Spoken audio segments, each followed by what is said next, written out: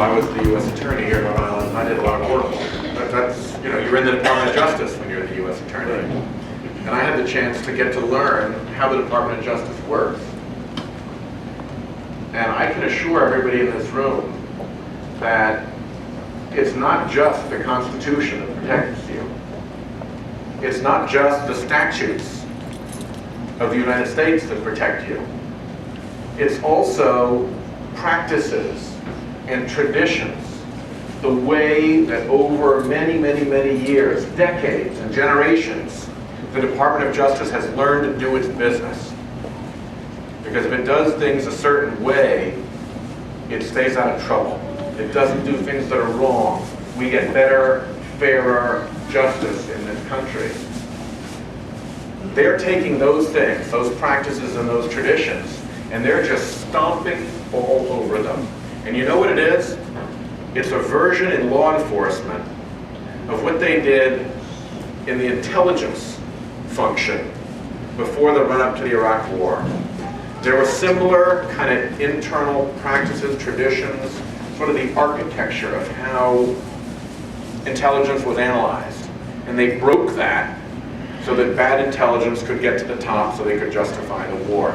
In the same way, I see them breaking this infrastructure in the Department of Justice so that bad intelligence could get to the top so they could justify the war. In the same way, I see them breaking this infrastructure in the Department of Justice so that they can force things through. The thing that killed me when I was examining Gonzales the other day, we all know that the White House is not always a great effect on the Department of Justice, right?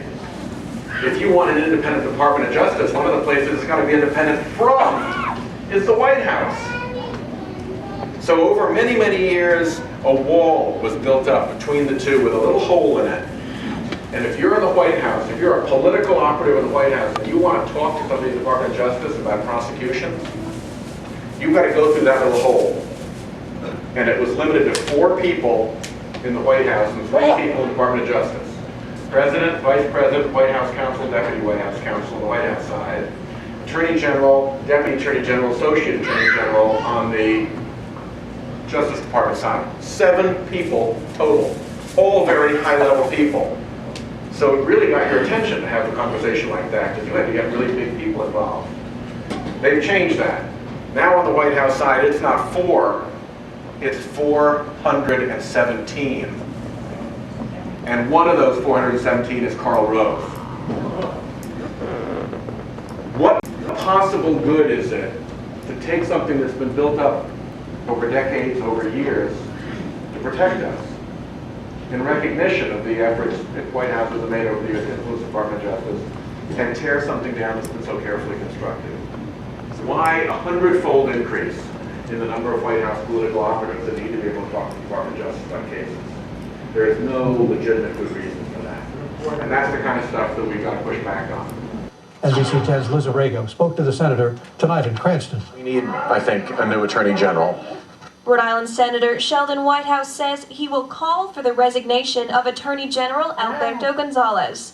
The AG appeared before the Senate Judiciary Committee on Thursday as lawmakers tried to determine if the firings of 8 U.S. attorneys were politically motivated.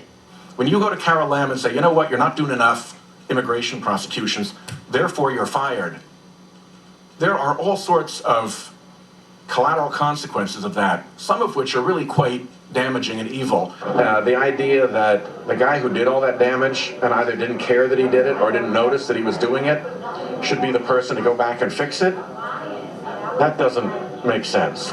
Gonzales admits that he did make mistakes, but he says he will not resign. But I think you've set the bar way low for yourself, if that's your standard of where impropriety is.